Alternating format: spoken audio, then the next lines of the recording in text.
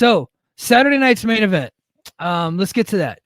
So I watched it. I happened to actually enjoy Saturday night's main event. I thought that was a fun. It's kind of like shutting your brain off and going into like an 80-minute action movie. It's like you just eat popcorn and you don't really learn anything. You don't really gain anything of value, but you're still having fun. That's kind of what it was for me. I thought the matches were a little bit fun. And then I thought the ending angle between Kevin Owens and Cody Rhodes was pretty good. I like Kevin Owens as a heel performer. I think he's really heel. Good at it. And I like that they're doing the heel back in and Kevin Owens stole it and he's claiming he's the champion. I also liked Jesse Ventura on commentary. It was kind of a throwback to my childhood. I think Jesse Ventura is one of my favorite all-time heel commentators. I just always loved his work. So to have him on there, it was kind of cool.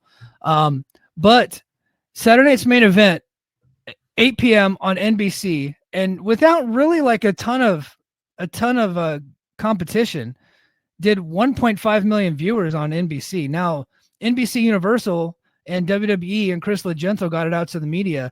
They combined the numbers and had over 2 million because they said 700,000 watched on Peacock, which is complete horseshit. Bullshit. Horseshit. Yeah. But people, of course, fell for it. So kudos to them. Because so many people grew up watching The Ultimate Warrior and Hulk Hogan that if WWE sends them something, these little jagbag jerk-offs can't wait to write something so that Nick Khan, they can genuflect in front of Triple H and Nick Khan. Like, yeah.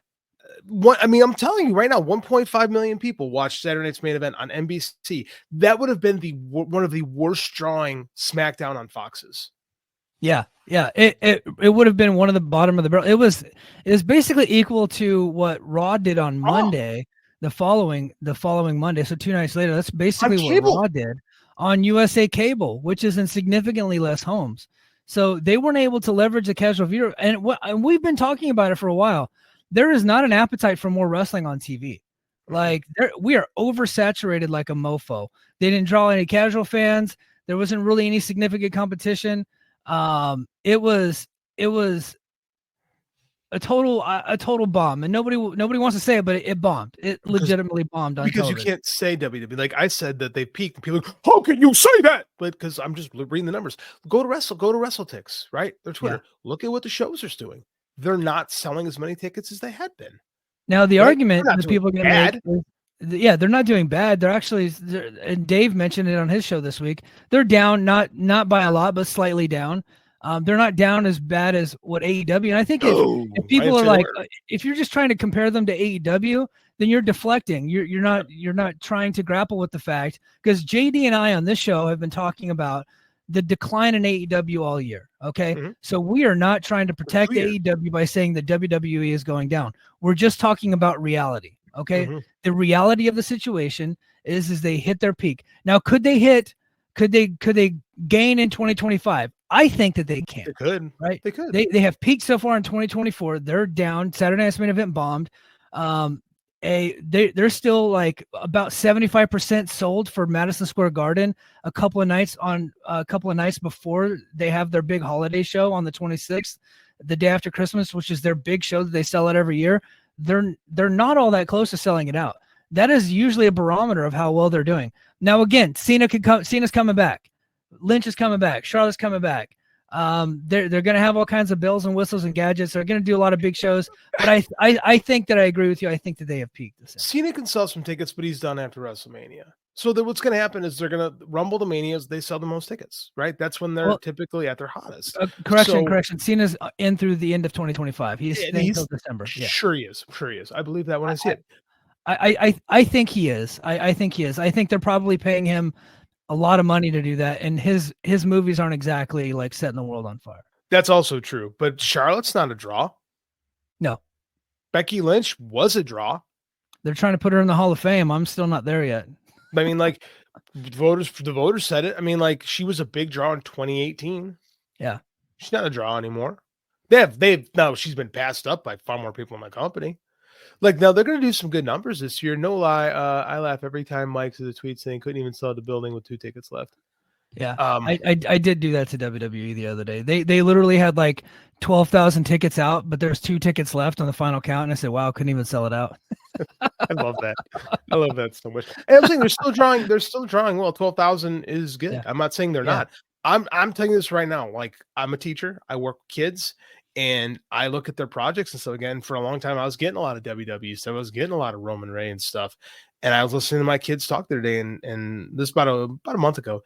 And like they were saying, like, I don't watch it as much anymore. I'll watch the big stuff on Peacock, but it's boring. Yeah. And I'm hearing that's just, and this was my bellwether when I knew they were on the upswings, when I heard my kids talking about it and starting to talk about how much that they were into the bloodline thing and like, doing I had a bunch of kids doing the one in class and stuff like that. I don't get that anymore. No. So I mean, like, that's kind of my anecdotal evidence that I think it's cool. And I'm not saying it's bad. I'm not saying they're not selling anything. I'm not saying they're going back to 2017 numbers. I'm saying it's kind of peaked for right now. And you're going to get John Cena back. And then what is that going to stay? And this thing too, if he's there for a year, he don't mean as much than he means at the beginning, because then he becomes part of the show. I think WrestleMania is going to be a monster again, because it looks like WrestleMania. Of course it is. Yeah, one, it looks like I think Rock's coming in for Netflix, and he's probably going to be on several of the shows in the first quarter.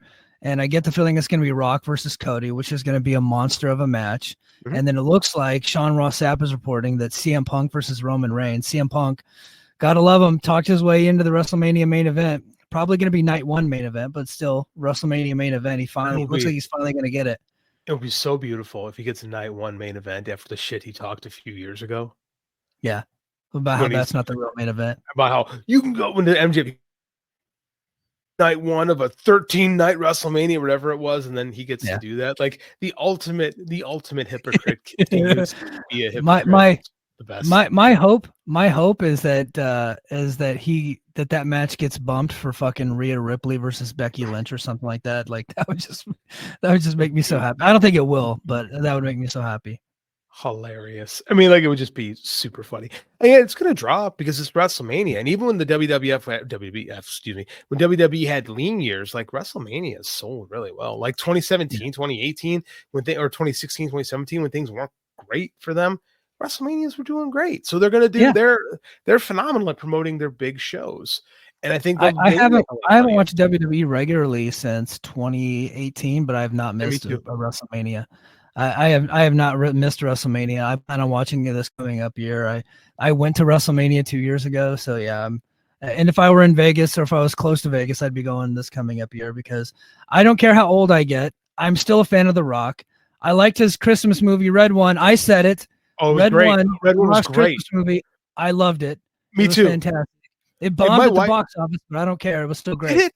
That's a shame. In theaters, it bombed, but right now it's like one of the all-time highest viewed movies on Amazon Prime history. I don't know what that even means, but they put out a press release for it. So, dude, we took our kid to see that. My wife and I both agreed it's one of our favorite Christmas movies ever. Yeah. I loved Red One so much. Yeah, I can't say.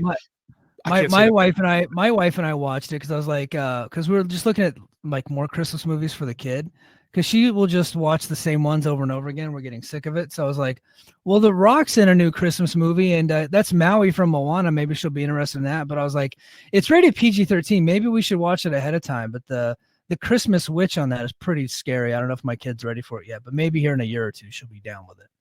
It was Sabrina, the evil Sabrina remake. That was her. Okay.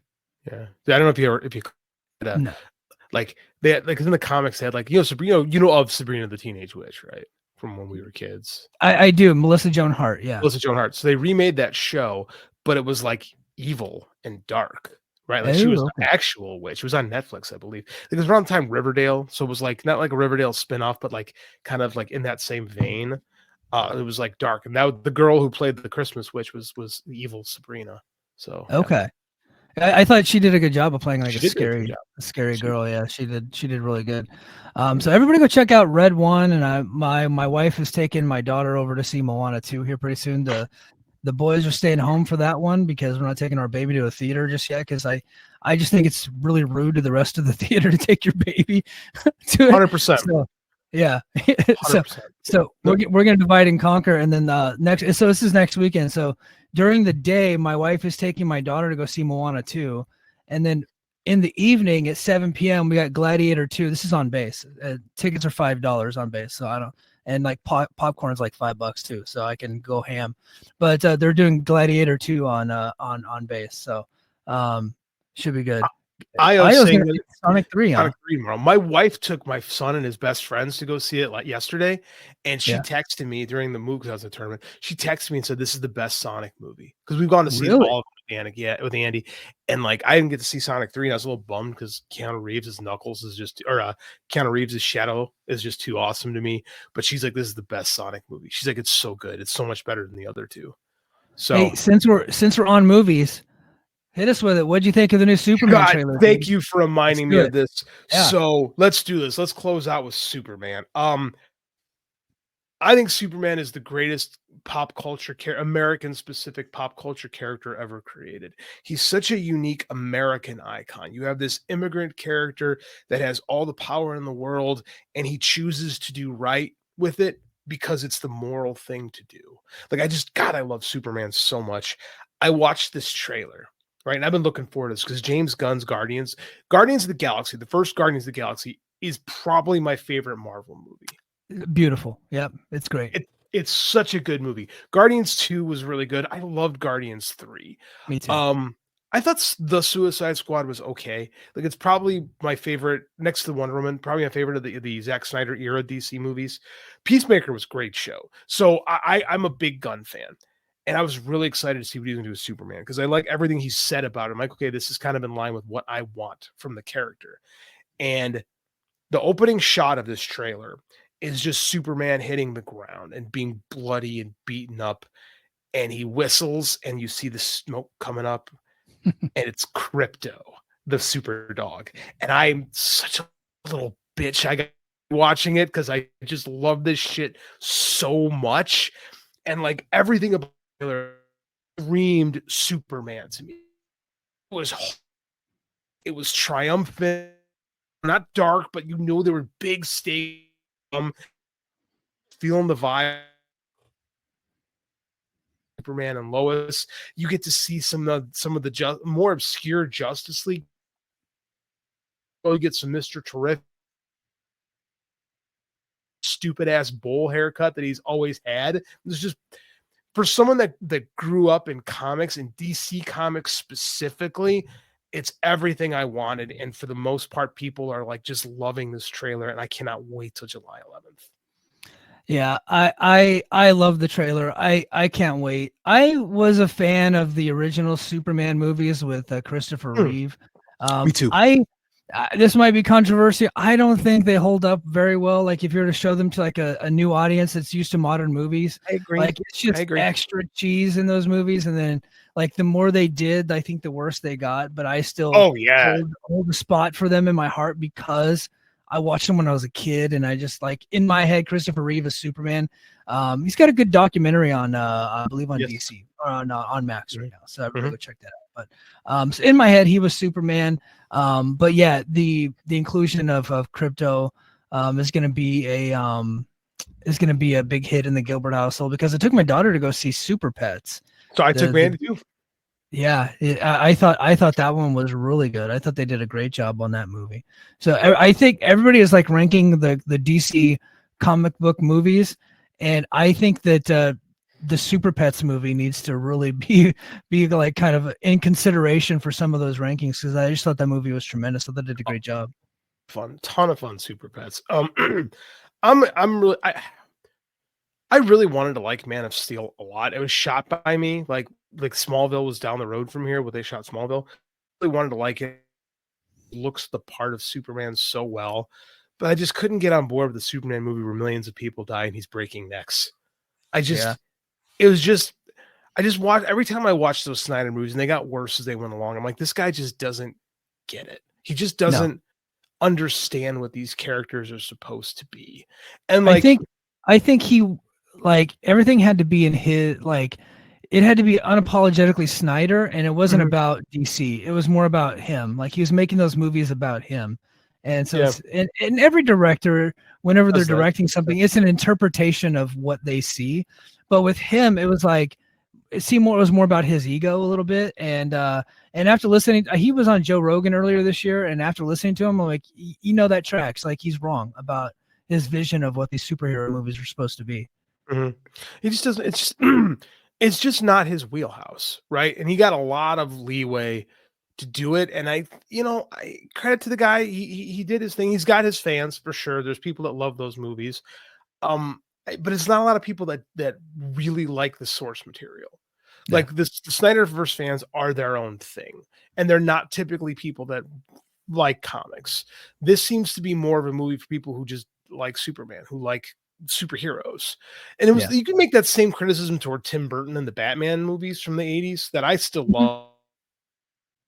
Batman and even more so Batman Returns are very much Tim Burton. Radio Oliva project 2 weeks ago where I reviewed Batman Resurrection, the new book that's the unofficial Batman 1.5 Man and Batman Returns book. Like if you really like those Tim Burton this thing really does a great job. AO says the Snyder shut up. Yeah, because they right, and there are a lot of bots. Like there was a Jeremy Feinstein, my buddy from speaking of Strong Style on Funky Media Network, likes to point out, like send me an article about how Snyder really utilized a bot army to get word out about Justice League, and they still kind of do their thing, and they are fans, there are fans for sure, but man, they are fucking annoying. they're the most annoying of annoying fans on the internet. Yeah. Everything is pro wrestling. They're a lot like certain pro wrestling companies have their own little bot army that will attack you every time you provide any, even if it's mild criticism of the favorite company.